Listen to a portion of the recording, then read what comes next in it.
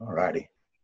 Well, welcome everyone. This is our second installment of our Summer Career Ready webinars for our student athletes and all TCU students.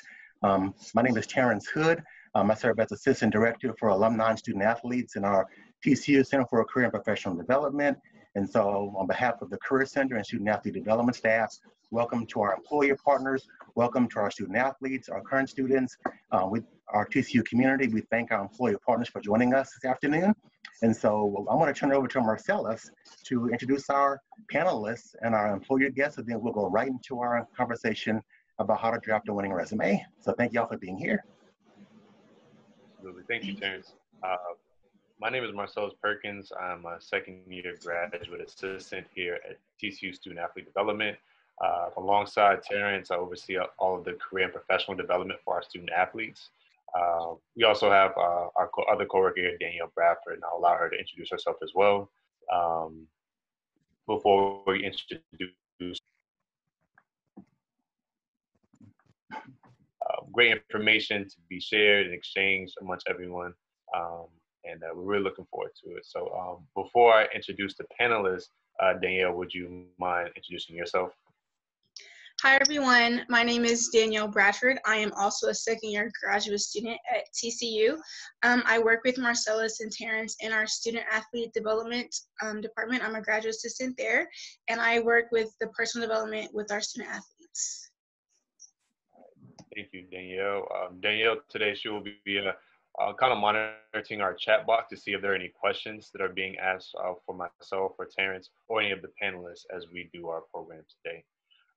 In regards to introducing the panelists, I kind of want to give the floor to you three to kind of introduce yourselves. So if you would like to give us your name, your education background, your current career, and anything interesting that you would like to share. The first person I see is Dr. O'Neill, so I'll hand it over to Dr. O'Neill first. Hello, everyone. I'm so glad to be a part of this call today. I am a TCU alum of the track and field team, graduated in 2002. I am one of the rare people in this world who've been able to build a career coming from athletics and staying in athletics in a lot of ways. After I graduated from Texas Christian University, my coach at the time, my assistant coach, had a position as she had moved over to the University of North Texas, And so she gave me the opportunity to go to her and be a graduate assistant in academic support and also in student athlete development. So basically overseeing some of the things that you all do with Marcellus and Mr. Hood. I worked for that program. I did 2 stints for the University of North Texas Athletic Department, where I worked a total of about 5 years with them. I had the opportunity to branch out and move to a different state, and so I decided to work in athletic academics and compliance at the Division II level. So I moved to Miami and worked at Nova Southeastern University for their athletic department for about 4, almost 5 years. I came back to North Texas as an assistant athletic director, worked 3 years there, went to the University of Maryland as academic support and also overseeing their student athlete development unit. And then I relocated to the University of Miami, where I had to move because that's where I was getting married. But I've been with the University of Miami for 6 years in athletics. But this past 3 months, I decided to branch out of athletics for the first time in 17 years. And now I am an assistant dean on campus for the Division of Continuing and International Education. So I say all that to say that athletics has been the root of my career. Like most of you, I've been an athlete my entire life, but I was able to use my athleticism to not only help me get through education, through bachelor's degree, but I also was able to get a GA-ship to pay for my master's degree. And as I was a part of the staff at the University of North Texas, it also paid for my doctorate. So I just want to make sure that you know that because you have a skill set physically, you can also use that to help propel you in other ways as you develop and master plan for your career. you, Dr. O'Neill. I'll turn it over to Ms. Jernberg. Hi, everybody. Thanks so much for being on the call today. My name is Luella Jernberg. I work for Enterprise Rent-A-Car. I'm currently a talent acquisition manager. I have been with the company for a little over 10 years now. And I started out as a management trainee, just like everyone in our company does, and worked my way up. I started actually in Wisconsin. I worked as a management trainee for about 10 months and then was promoted to a management assistant. From there, assistant manager, worked at several different locations, larger locations as assistant manager, worked my way up to our airport location, which was our largest. Then from there, took on a branch manager opportunity, relocated, moved across the state for different opportunities. Worked my way up to a flagship branch manager, which is one of our largest operations. And then from there, an opportunity opened up in talent acquisition. So I thought, you know, what a wonderful opportunity to be able to work with people on an even larger scale across the state of Wisconsin. So I was in that role for about a little over 2 years before an opportunity opened up here in Dallas as a talent acquisition manager, and I was able to interview for that, and I relocated here. So I've been here now for actually just about a year. So it's been awesome. I love it. And, you know, just some fun facts about me. I've lived a little bit all over the world. I was actually born in Japan. And I lived in Australia, Canada, New York, Wisconsin, and now here I am in Texas. So I'm happy to be here on the call and share some tips on resume building with you guys.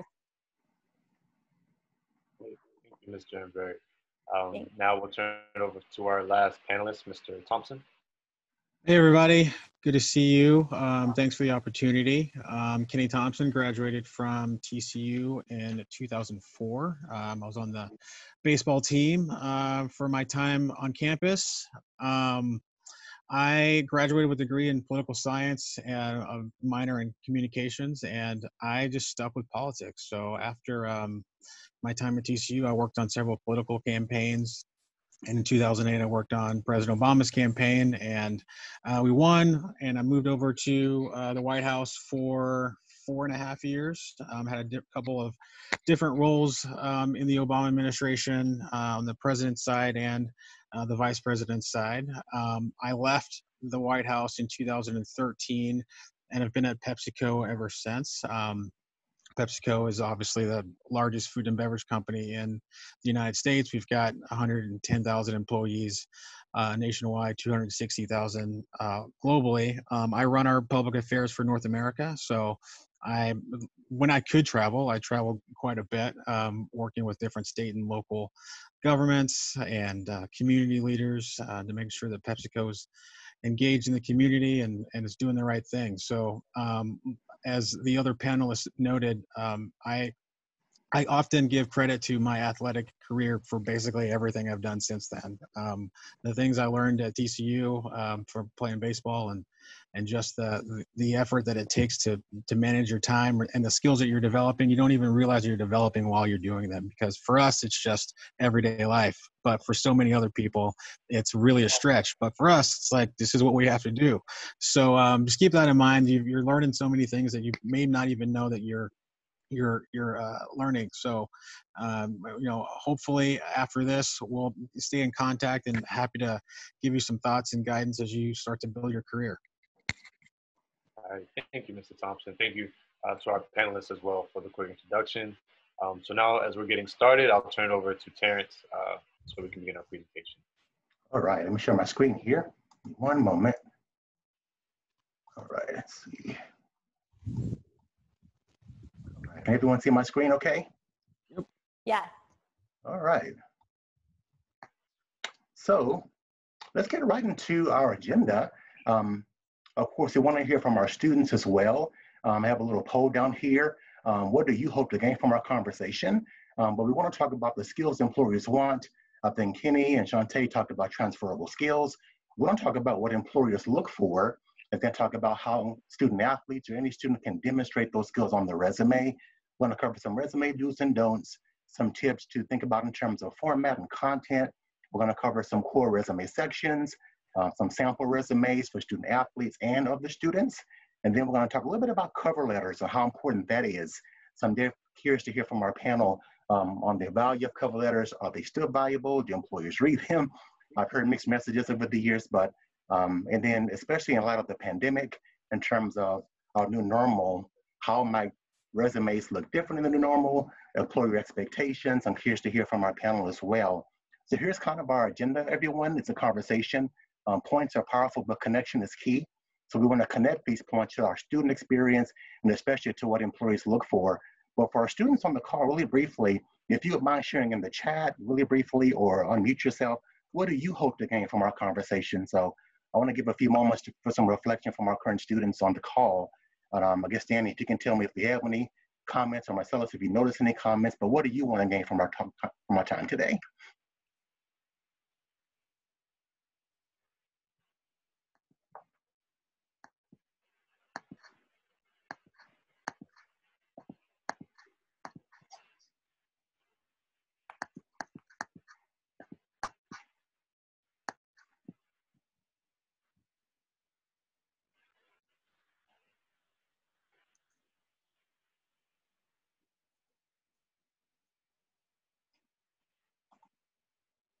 For our current students, if you are kind of just open, just here, just get information and not really necessarily looking for anything in particular, that's fine. I think one new message. Okay. Insights as they pertain to writing a cover letter. Okay. We'll definitely get into that a little later today in our presentation. So thank you. Thank you, Lauren. Yeah, thanks for sharing.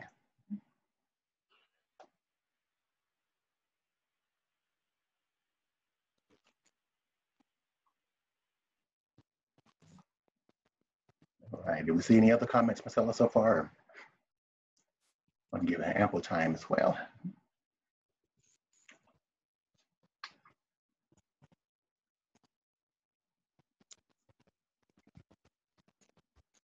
All right, well, for sake of time, we will move on, but please continue to add your thoughts in the chat feature. If you have any questions for the panel, please do that. This is a conversation, not really a presentation, but please do continue to add your thoughts and questions or concerns for our panel. And so we will jump right on in here. So Marcellus, do you want to kick us off for our next slide? Yeah, absolutely. So with research that was conducted by the NACE database, it was asked, what exactly are employers looking for when looking at resumes? So we can see the number one thing that employers are looking for is problem-solving skills. So 91% stated that problem-solving skills is a priority for them when they're going through the hiring process. And number two, the ability to work on a team, being a team player. Being that you are a student, you already kind of have that team building mindset. So our goal is to make sure that we're able to transfer that into language that shows that on a resume. Number three, 80% that say strong work is a very attractive feature that employers are looking for when looking at candidates. Analytical skills, 5, communication skills in a written format, 6, leadership, 7, communication skills, which is in a verbal format, 8, initiative, being able to take initiative in doing tasks, 9, being detail oriented, and 10, technical skills. Being at the very bottom. Now, ironic enough, a lot of times when we're working with students, their resume, they want to highlight their technical skills as being their number one priority, which is good to have the technical skills, but also understanding that these technical skills are something that a lot of employers are looking to teach you once you get inside the job. So these skills, certifications are things that you can learn throughout your career. It's not necessarily mandatory that you come in the door already knowing these things. Kind of locking in on the first 5 is a very strong indicator that you're a good candidate. So to our panelists, I wanted to ask, when you are looking at resumes, what are you looking for? And the second question to that is, when you're writing your own resumes, what are you highlighting for your own personal application process?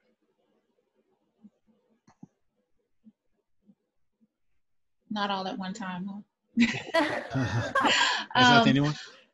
I will say I employ staff members as well as interns and graduate assistants. So I'm often approached by our most recent graduates, most recent student athletes that are trying to transfer into their professional career. When I look at resumes, like you said, Marcellus, the technical things, the softwares, you know, all of that, I can teach anybody how to do those kind of things, but what I cannot teach you how to do are the things that I'm going to be looking for.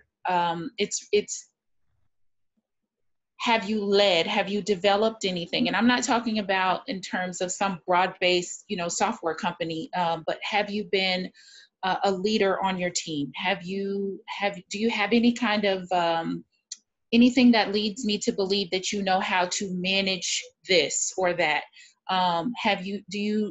Do you have the capacity to actually put on your resume the things that I posted in terms of what the job includes? And so a lot of times students or recent graduates will tell you everything that they're capable of doing, but they don't match it according to what my advertisement said I needed. So the very first thing that I'm looking for on your resume is that you have qualities, matchable things that I can say, okay, this person read the post, they know what I'm advertising for, and these are the things that they have done that matches up with what I advertised.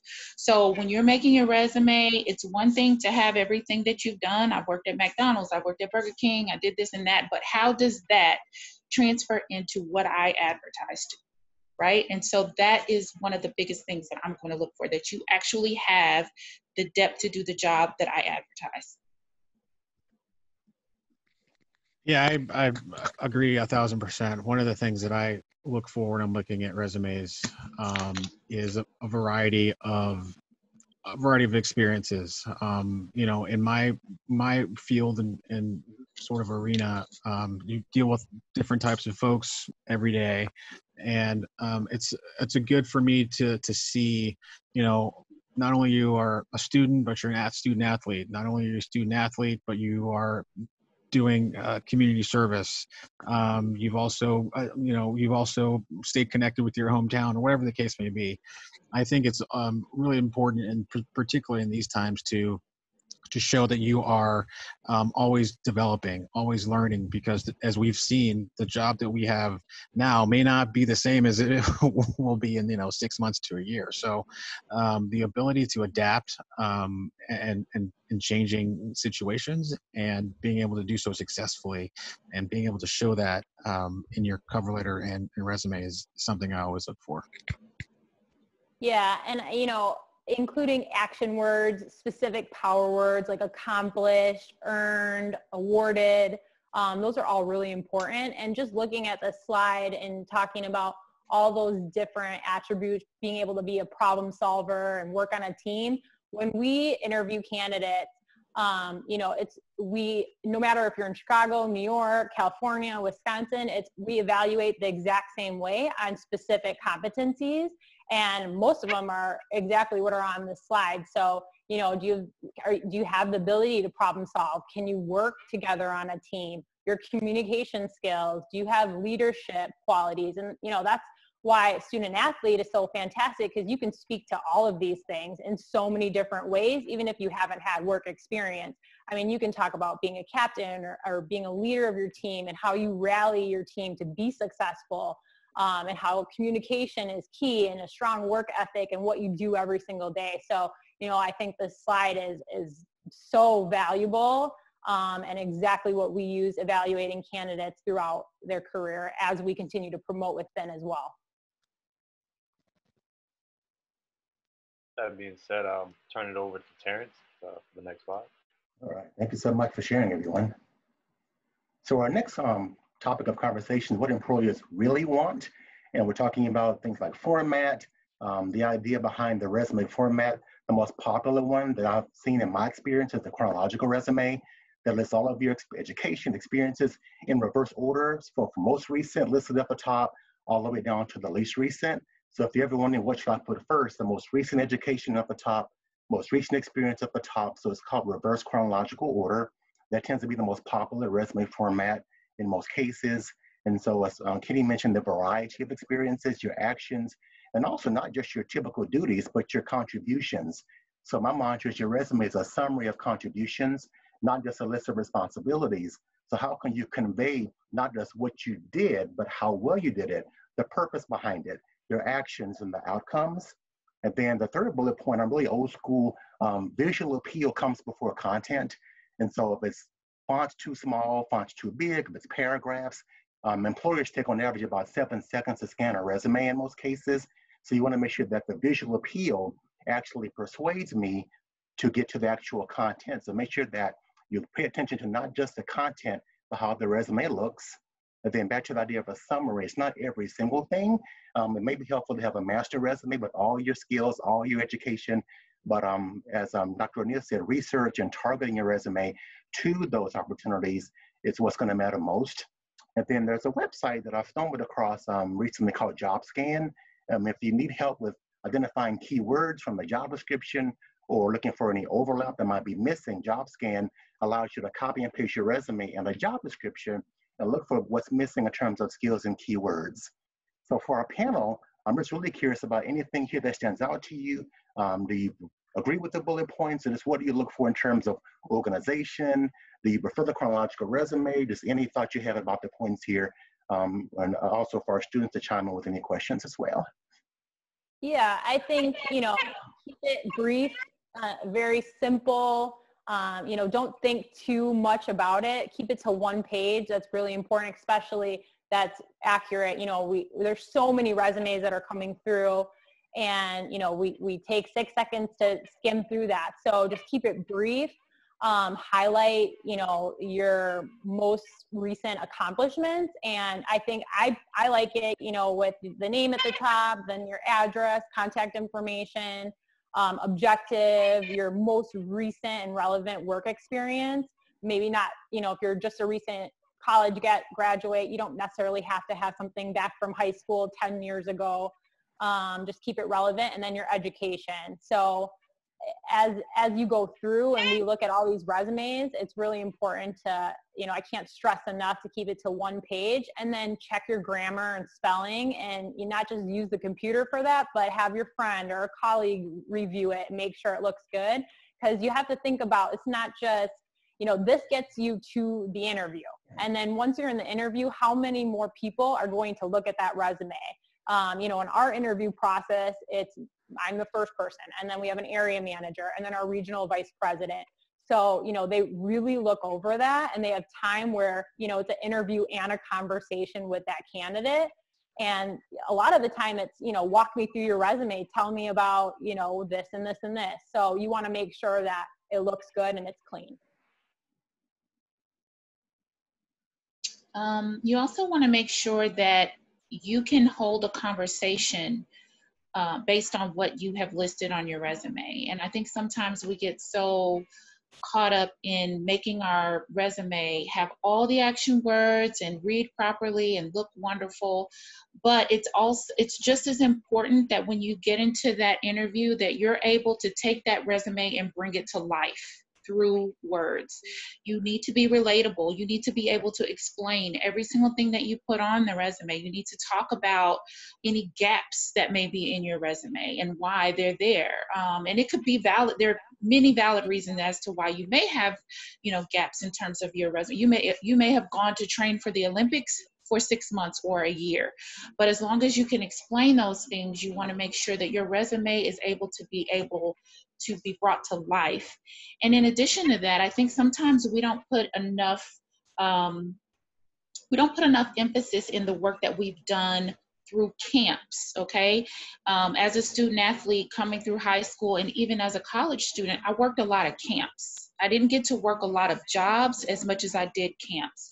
There is a lot of wonderful qualities that you pick up from working a camp, and it's worthy of being on your resume.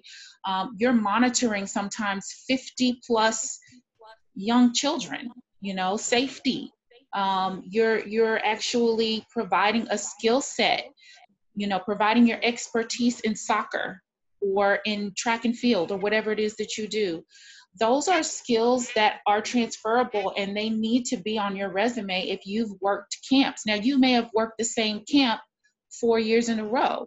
You don't have to write that 4 times. You just need to put the years that you worked at camp. But try to pull out all of the things that you did with the camp to make sure that people do know that you worked a job when you worked a camp. Okay, and some of you won't have much work experience outside of camp, so you really need to look at what you've done, keep note of those things, and use that as experience, as opposed to turning in a resume where you don't have any experience in terms of working. No, yeah, I agree 1,000%. I think having been one of those people who worked a lot of camps on campus, I forgot all about that till just right now. How you make money. Right. No, I was going to say, and, you know, bringing your resume to life and actually thinking about, you know, some of the experiences you had as you either on campus or on the athletic field. There's a real opportunity to show leadership. And I think it's important to take notice of things that are occurring, you know, during the game or during the meet that you had an opportunity to lead in. There's very few people who understand what that's like. And to be able to talk about, you know, what happened in the 9th inning of X game and you know, talk to your coach and X, Y happened, you know, that's a unique experience to you that I think employers that I know are always, it just makes you much more interesting, frankly. And you put you in a place that very few other candidates for that position will be in, because you were actually there and you actually had influence on what the outcome was. So, you know, I know it's hard to think about those things while you're in the moment, but, you know, after the end of the season or after the end of a you know, month or whatever, just take some time to think about, you know, what happened during the season and what happened and where you sort of stepped up and led, because I think those are what opportunities that can really distinguish yourself from other job candidates. Awesome. Thank you so much for sharing. Do we have any questions from students in the chat? Just want to make sure.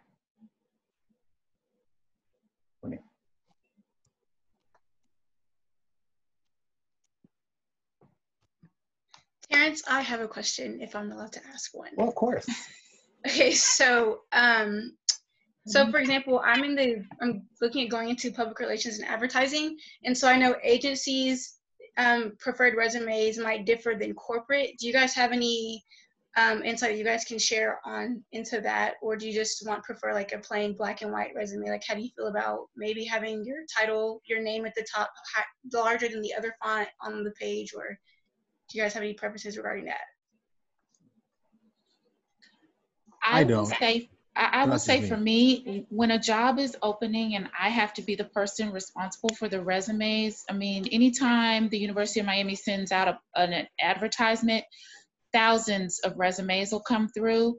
And as long as it's neat, you know, using some of the most general resume rules, I just can't get that picky. There's not, like he said, 7 seconds you have on that resume. I mean, it's pretty fast that you have to get through those resumes. And so what you want to make sure of is that you have the skill set that's been asked for that position and have a neat resume. I've seen everything from pictures on the resume to different fonts, and that's all beautiful, but it doesn't make any sense if it doesn't get, you know, if you're not able to write what's necessary for you to be considered for the position. So I wouldn't spend so much time on things that, you know, as long as you have the basics and you have a good complete resume, don't waste your time so much on, you know, some of these other frills as much as you do on the content, particularly with your cover letter, and that it's well written. And that, like Luella said, you know, you're not 3 and 4 and 5 pages in. You know, just make sure that you're following the basic resume rules, and content matters, and spelling and grammar. Those are the things that matter to me. Yeah, I mean, exactly. I would say, you know, you just want to have some highlights on that 1-page resume, and then that brings you to the interview, where then now I want to hear about all of those bullet points that you listed on your resume. And now the interview is the opportunity for you to talk through that instead of writing all about it on your resume.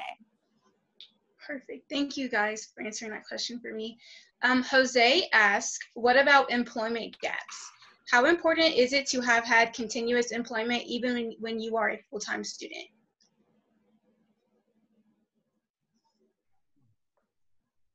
I expect that when you're a full-time student that you may not have the opportunity to work consecutively, you know, and I think that most employers are going to understand outside of being a student that that's what we're really looking to see. And again, if you can explain your gaps, you know, it's completely fine. There are gaps because of pregnancy. There are gaps because of illness. There are gaps because you've served in the military.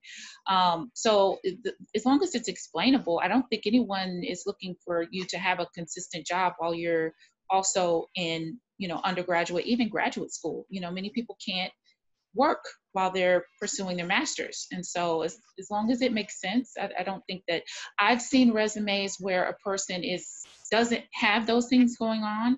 And, you know, I think it looks worse to me when you've had a job and every single place that you've worked, you've only been there for a year. That to me is a red flag. It means that you can't be consistent. It means that maybe you're not able to work as a team member. I mean, it could lead to so many assumptions, and we all know assumptions aren't the greatest, but gaps that are explainable are perfectly fine. I look for consistency. If you're leaving a job every 7 months, you know, or every 12 months or whatever, that to me is more of a red flag than gaps that are explainable. Yeah, I mean, I couldn't agree more. As long as you can explain, we're human, you know, things happen in life, and, you know, as long as you can explain that. And if you're in college and you can't work, a lot of people can't work while they're in school because they're focused on school and they want to make sure that they successfully complete that because it's tough. So being able to talk about projects, you know, I'm sure there's several projects that you work on with teams and talking through that and how much time you spent doing that. Or when you come home from school, the type of work ethic you have to make sure that you get A's or, you know, do really well in school so you graduate on time or even early. You know, there's so many different things to talk about. So I couldn't agree more. We just want you to be honest because, you know, that's initially what we're looking for, and it just says a lot about you. Awesome. Well, thank you so much for sharing. I'll turn it over to Marcellus for our next slide here. We'll keep on going. So here are some kind of general resume guidelines. We broke this into two lists, some do's and some don'ts. So I'll do the do's first. So you want to keep it in a single space. That kind of keeps your resume as concise as possible, allows you to maximize the space. Too much space, too many words can kind of distract a reader. So you really want to get to the point, and by doing that, it's single space. You want your name to pop out, so having your name around an 18 to 20 point font with bold allows the resume reader to see exactly who they're looking at right from the top, and it grabs their attention. Your font size, just like when you're writing an academic paper, 10 to 12 is kind of the reasonable size that allows you to type exactly what it is that you're trying to get on a piece of paper. It's not overly distracting. It's not small enough that you can't see it, but it's not too big that's overwhelming. You want to limit to 1 to 2 pages of relevant information. So as you're a college student now, you know, if you worked as a cashier your first year of high school, you know, that might be a time to kind of remove that off of your paper. If you're in your junior year of college, we kind of recommend that keep it all relevant to just college stuff, the things that you've done since you've entered college. If you're in your first or second year of college, we kind of give that period of your junior year of high school up until now. And as you transition into being an upperclassman, kind of keeping that information as college relevant as possible. You want your margins to be equal on all sides, so from a half to 1 inch all the way around the page. Whatever you choose to do, just make sure that it's equal on all sides. Use common font styles. We typically recommend Times, just as you're writing a paper. It's legible. It's kind of the universal accepted font used on academic and formal paper. So just to kind of keep things uniform. That will typically be the font you use for your cover letter as well. So you want to keep it as uniform as possible. Save your document as a Word or PDF. Those are very accessible formats for all. If you're not printing them, they can easily be sent through email. Quantify your achievements. So an example of that would be if you were working one of these sports camps and you had a line where you're saying that you worked with a lot of student athletes. A lot is very vague. If you could really quantify that and say like on daily worked with 25 student athletes per camp, that number really sticks out to whoever's reading your resume to say,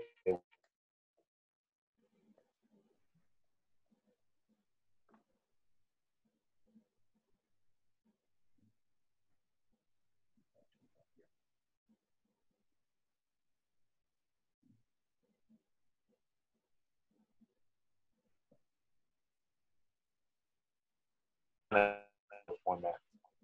And use solid round bullets. So the bullets that we have here as an example, that is kind of the bullet size that you want to use on your resume. Your don'ts.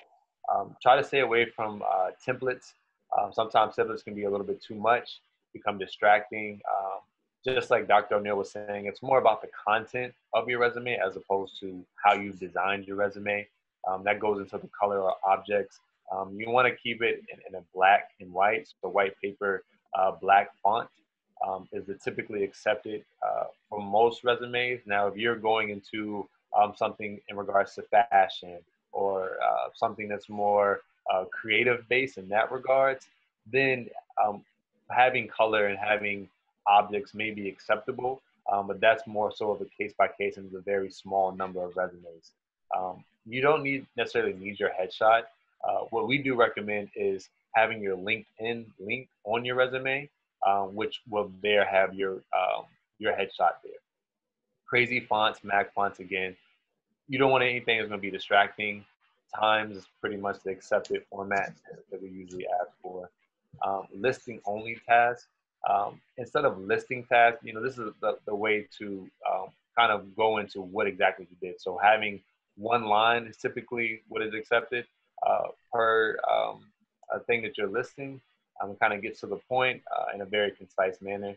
Make sure that you're editing your resume as well. Get multiple eyes to look at it. So just because you didn't see a spelling or grammatical error doesn't mean that it's not there. So you can get 2 people to look at your resume, then you should be in good shape.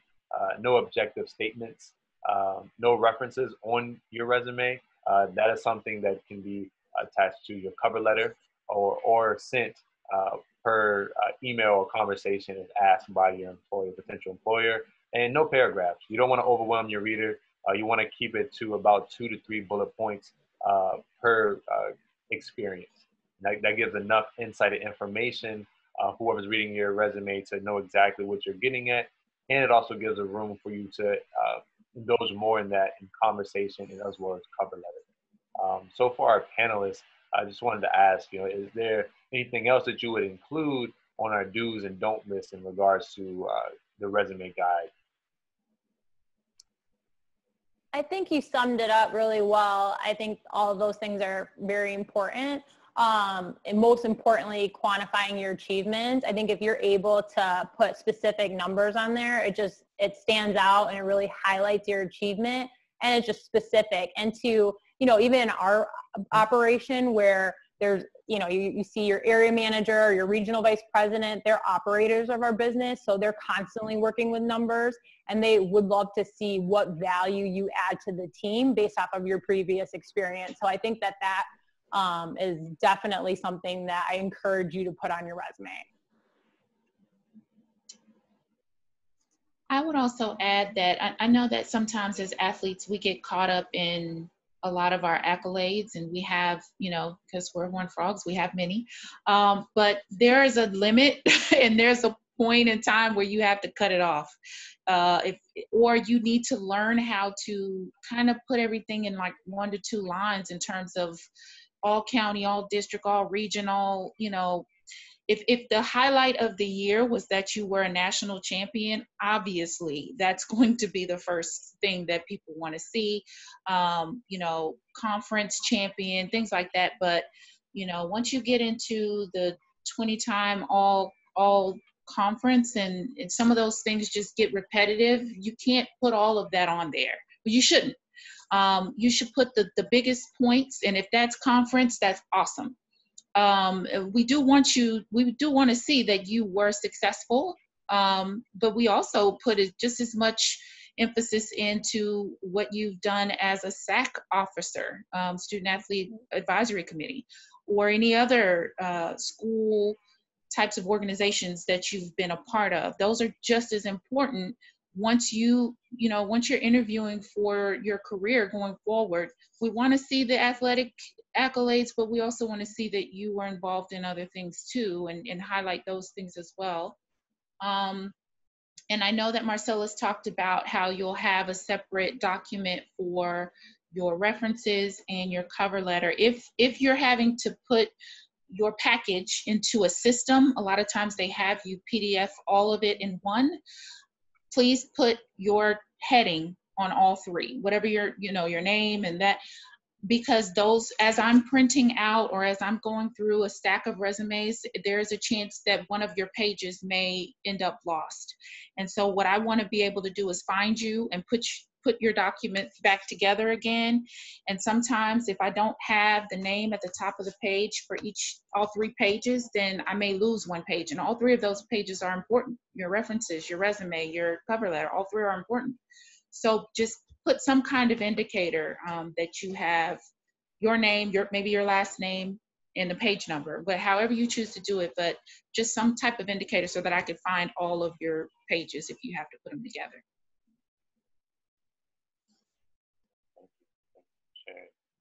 Daniel, do we have any questions in the chat? No. Okay, all right, thank you. So with that being said, I'll turn it over to Terrence. All right, Marcellus, thank you so much. So we're a little over halfway done, everyone. I just wanted to highlight a couple of core resume sections for your resume.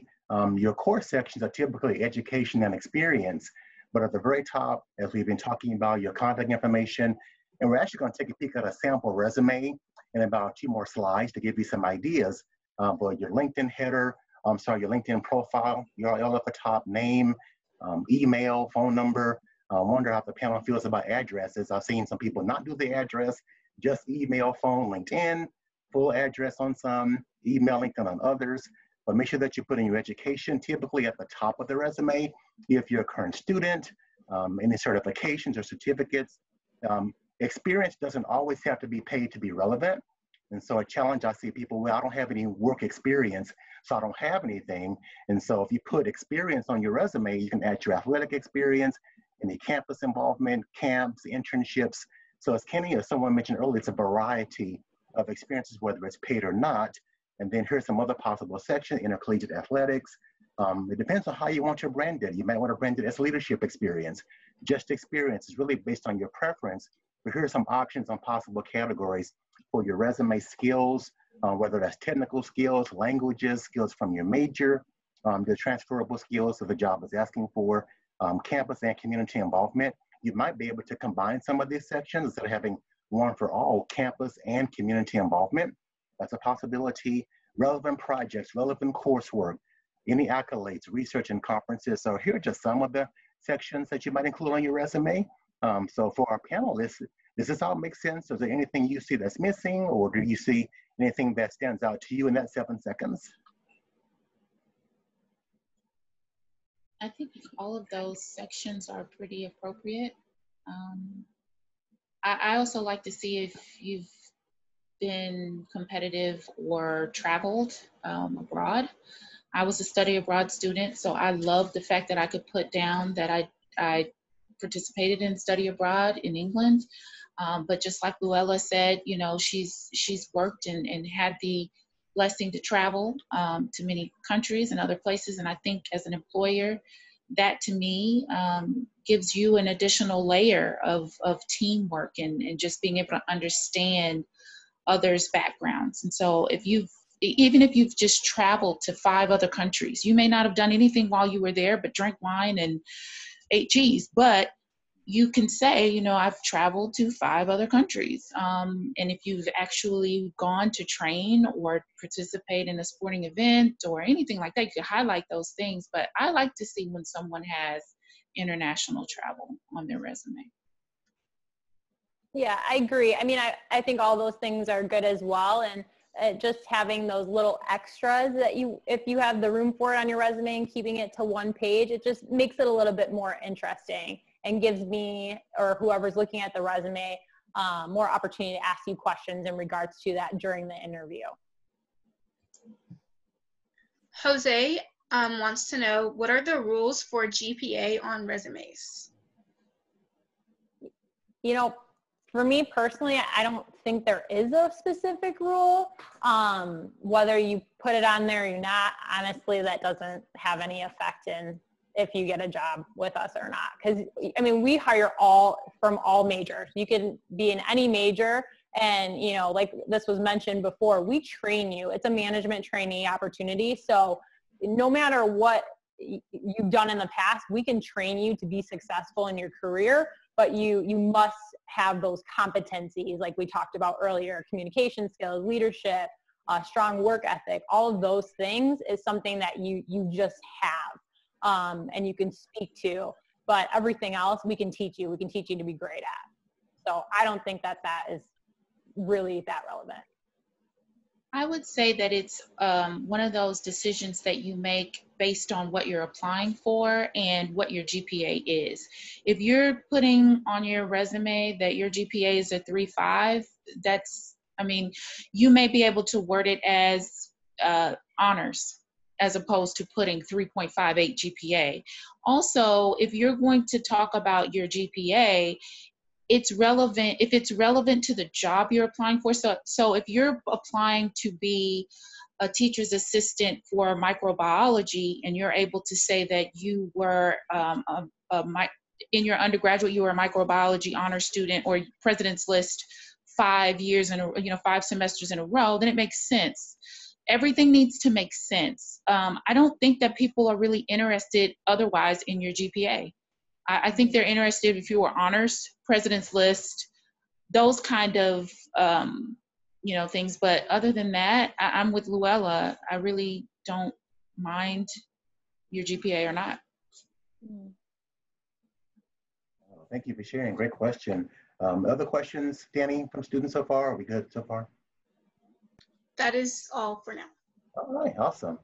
Well, I turn it over to Marcellus for our next point.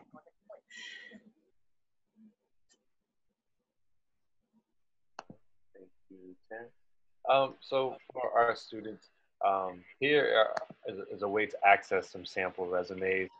So we have them by colleges. So if you come to career.tcu.edu/services/programs, even while you're away, you can have access to what are some good resume template or good resume looks like for your specific college and field and what's typically asked for, and the right format, language, what things to include. So as you see here, we have ADRAN, we have College of Education, we have College of Fine Arts, we have Schaefer Communication College, we have Honors College of Nursing, we have the Science and Engineering, and we also have the Neely School of Business. So if your college is up there, there is a sample resume for you to kind of follow. Yeah, and we also have a student athlete resume tip sheet here, right in the second bullet there. So it's a quick little guide for student athletes as well to give you some tips on what you might want to include. All right. So we have a sample resume here. I'm going to try to zoom in a little bit. Let me see if this works here. Did that work? Yep. Yes. Look, it's kind of tiny on the screen. So we have a sample resume here. This is actually from a student athlete, but again, could relate to any student. Want to show just kind of a glimpse into kind of what we've been talking about in terms of visual appeal, format, number of bullets here. So I won't exhaust this in too much detail, but here's just kind of a sample just for folks who are thinking about things to add, ideas, education at the top. This person listed their GPA, the graduation date, and also I recommend not putting your start date, but your completion date. So not May 2014 to present, just May 2020, May 2021. Your completion date is what we recommend. This person branded it as experience, including athletics, internships, camps. Someone talked about quantifying. Marcellus mentioned that, a few of our panelists. And so just want to give any thought for our panelists, for our students here. Does this all make sense? Or as an employer looking at this, what will be your first impression, or anything that you would improve, or anything that stands out to you?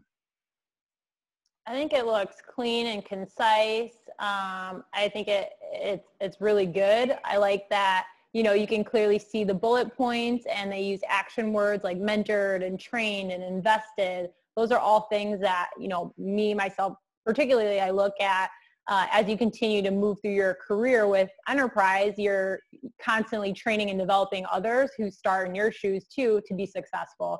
So I think it looks really good. I agree. It looks very good. I don't normally see, I think a lot of people are moving away from putting their actual address on the resume, just because when you apply for a job, they have so many other systems that you'll have to include your address. But I think that's also one of those personal preference things. I think everything looks really, really neat, really, really well organized.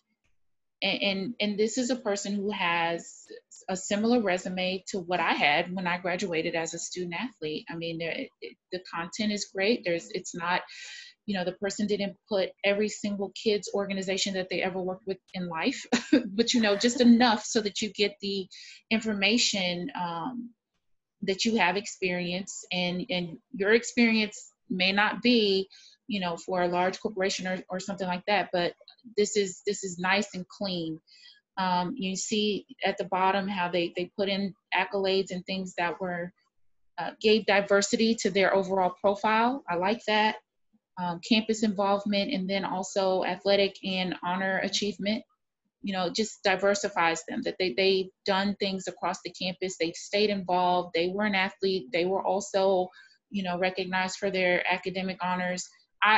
I didn't have anything to be recognized for my academics, so that wouldn't have been something I could say. But, you know, what you do, you work off of your strengths, whatever your strengths are. And so that's how you want to present yourself, but diversifying. And if you haven't been able to be involved in many other things, you know, maybe this is the time for you to actually look into what you can be involved in. I'm sure Mr. Hood and Marcellus can help you diversify if you need some help building a resume. Yeah. All right, well, thank you all for sharing. Any questions from students, Danny, or concerns there about the sample resume? Any thoughts? No. All right, excellent. All right, so I will turn it over to Marcellus to talk about cover letters for a few moments. I know there was a question in the beginning about cover letters, so here's kind of a brief section we'll do on, you know, cover letters 101. So here's some, what is the purpose of a cover letter? A cover letter highlights relevant skills and experience for a specific position. It should be addressed to a specific person or company. So if you're applying for a position in TCU Career Center, you should start off by saying, Dear Mr. Hood, or to Mr. Hood, or just simply Mr. Hood, if Terrence may be your hiring consultant at the time. Don't repeat what's on the resume, but interpret the resume. That is a very, very key tool to kind of remember when you're typing your cover letter. A lot of times when we get students, they kind of just copy and paste on the resume straight to the cover letter. But that doesn't really give you opportunity to tell what exactly you did.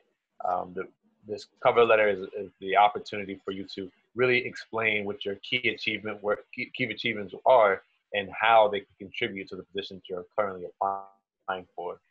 So here's just 4 quick tips to just keep in mind when writing your cover letter. Research the organization and show your knowledge in relation to why you're qualified. So it is very important, specifically in that first to second paragraph, to kind of relate what you're bringing to the table and how it can help this company go a little bit further, or just contribute to the team that you want to be a part of. That shows interest. That shows that you care for the position, that you're not just out here applying to positions just because they're open, but you were very intentional about this application process and that you really could see yourself at the current company that you're applying for. As I was saying earlier, emphasize key contributions and the results achieved. So that that allows you to kind of really put voice to your paper to say, hey, I did X, Y, and Z, and this is what the outcome was. That allows for the reader to really say, like, okay, this person can really materialize and actionize what they're saying into actual numbers, actual outcomes that can really help us contribute to what we're doing here with this company. Proofread, proofread, and proofread. Proofread at least 3 times. Spelling or grammar errors leave a bad impression. So just as we're saying with the resume, get at least 2 eyes to kind of look it over, catch things that you may have missed. That is super important. As Terrence and I, we speak to a lot of job recruiters throughout the school year. And one thing that they say, like, oh, that was a great resume, but this person had some spelling issues, or they had some grammar errors. And that kind of makes you seem like you don't have a attention to detail, and that could harm your application process. So make sure that you are proofreading your cover letter, and use the AIDA technique to sell yourself. I'm not too familiar exactly what the AIDA is. It's kind of slipping right now. Terrence, can you include what the AIDA is? Absolutely, Marcellus. AIDA is actually a marketing technique that you see on TV commercials. So the A stands for attention. So in the first paragraph, your goal is to catch the reader's attention. The I is for interest. So you catch their attention, you capture their interest, and then further down, you create desire, which is D. And then the final A is a call to action. So it's attention, interest, desire, and action. So from the first paragraph, catch my attention. How? It might be through company research. It might be through expressing your enthusiasm, how you heard about the position, why that industry, why that company. So just keep that structure in mind, because you're telling a story about your experience, but the first sentence is catching my attention. That persuades me to read all the way down to the call to action.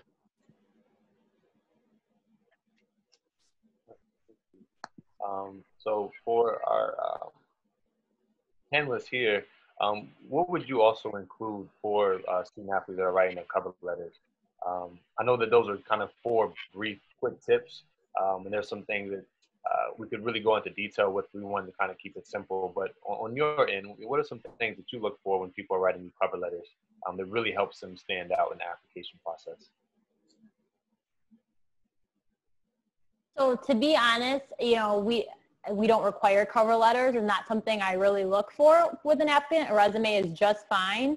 But as you continue to get promoted within our company, that's when cover letters become a lot more important, and we ask for them as you apply for an assistant manager role or branch manager or whatever that role may be, because it's a resume about your highlights and accomplishments throughout your career so far. So why would you be successful in the next role? What are you going to bring to the table? It's almost like your internal resume. And at that point, I think a cover letter is really important to be able to tell a story on your previous successes and what you're going to bring to the table for that next role. Yeah, your cover letter is your opportunity to show off, really, but keep it condensed. I'll never forget the first cover letter that I used to apply for my first job out of college. I wrote detailed oriented. And the person looking at my cover letter thought that was hilarious because it's only detail oriented. Clearly, I didn't pay attention to the details.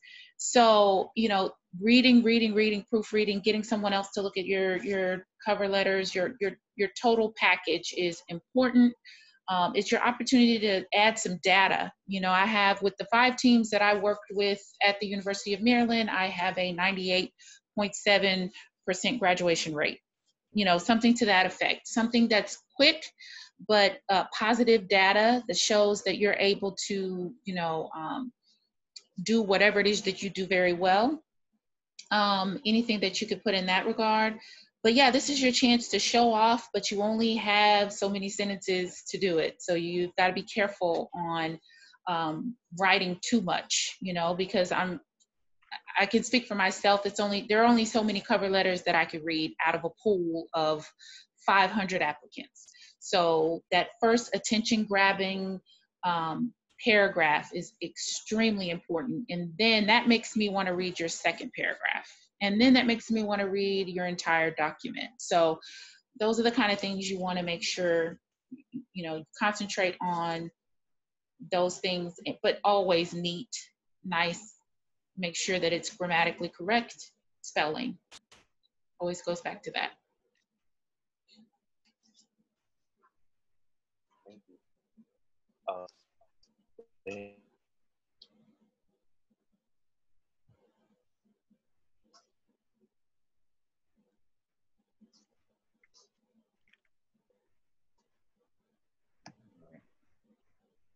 Back to Terrence. All right. Well, this is our last slide, everyone. We're going to wrap up here, but we appreciate all the input from our alumni employer panels. So the next thing is just take action. So we recommend writing down at least one action step for this week, making changes to your resume, maybe doing a master resume or a draft cover letter. So you have something to go on a point of reference document.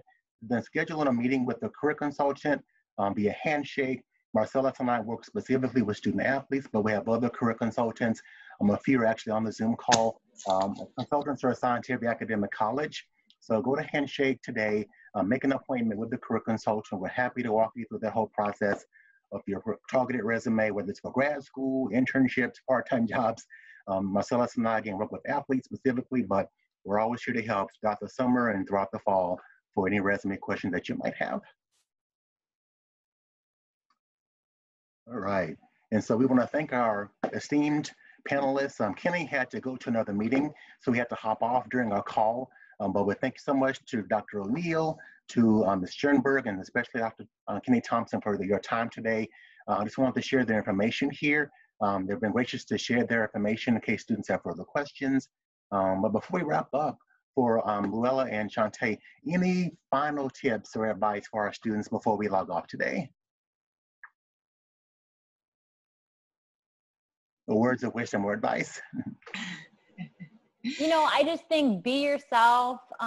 Don't think too much about it. Just make it clear and concise. And, you know, remember at the end of the day, the resume is to get you to that interview, and the interview is to get you to the career that you want. So just don't think too much about it. Just keep it simple. And if anyone has any other questions, feel free. You can always connect with me on LinkedIn as well. Yeah, I agree with Luella. Just be yourself, you know, and if being yourself is not enough, then you don't want to work there anyhow.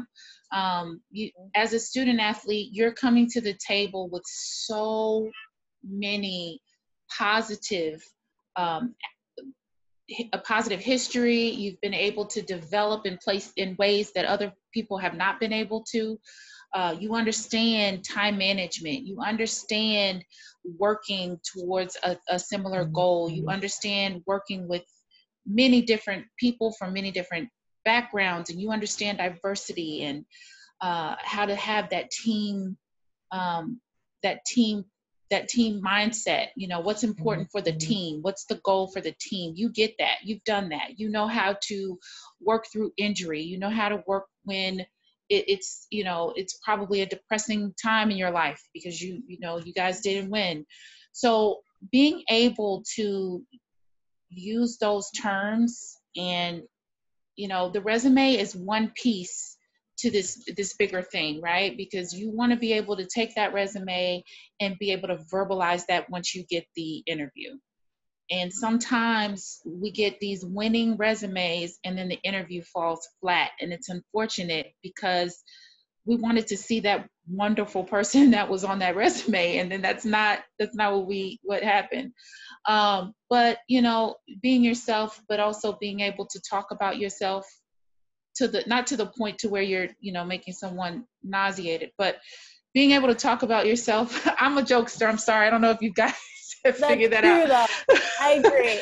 But you know, you want to be able to talk about yourself in a positive way, and you're there to sell yourself. That's exactly what it is. But you don't want to be overly overstepping your boundaries in what it is that you're selling in terms of your skill set and things like that. You already have everything it takes. It's just a matter of you being able to verbalize that, written and verbal. And so that's what we look for. And again, just like Luella said, if you need to email me, please do so. I've seen a ton of resumes, so I'm not opposed to looking at a few more. If you ever we're interested in higher education. I know that higher education and working in education is a different type of resume sometimes. But I just hope that you guys are taking all of this information. Luella and I talked about the fact that we did not do this when we were student athletes, and we did not have, Marcellus and Terrence their ability to put something together that's just so well put together, the PowerPoint that they'll share with you, I'm sure, and having panelists and people that can talk to you and help you walk through each step of writing a winning resume and cover letter and reference sheet. So please take this and use it to your advantage and really, really absorb what we've shared today. It's going to help you. Well, with that in mind, thank you all so much for joining us, Luella and Shantae and Kenny. Just a side segue to our next webinar, July 29th, we'll be talking about interviewing. So please join us for another conversation. We're going to have another panel of alumni and employers to take it a step further. Talk about job search, resumes, interviewing. So let's keep the conversation going. Let's be career ready. And so again, to our panelists, thank you all so much for joining us. Thank you. Thank you for having us. Absolutely. On behalf of Jessica Hazard, our director, Danny, and Marcellus, the whole Career Center team, we appreciate y'all's time. Y'all stay safe and go Frogs. Thanks, you. You too. Bye. Bye.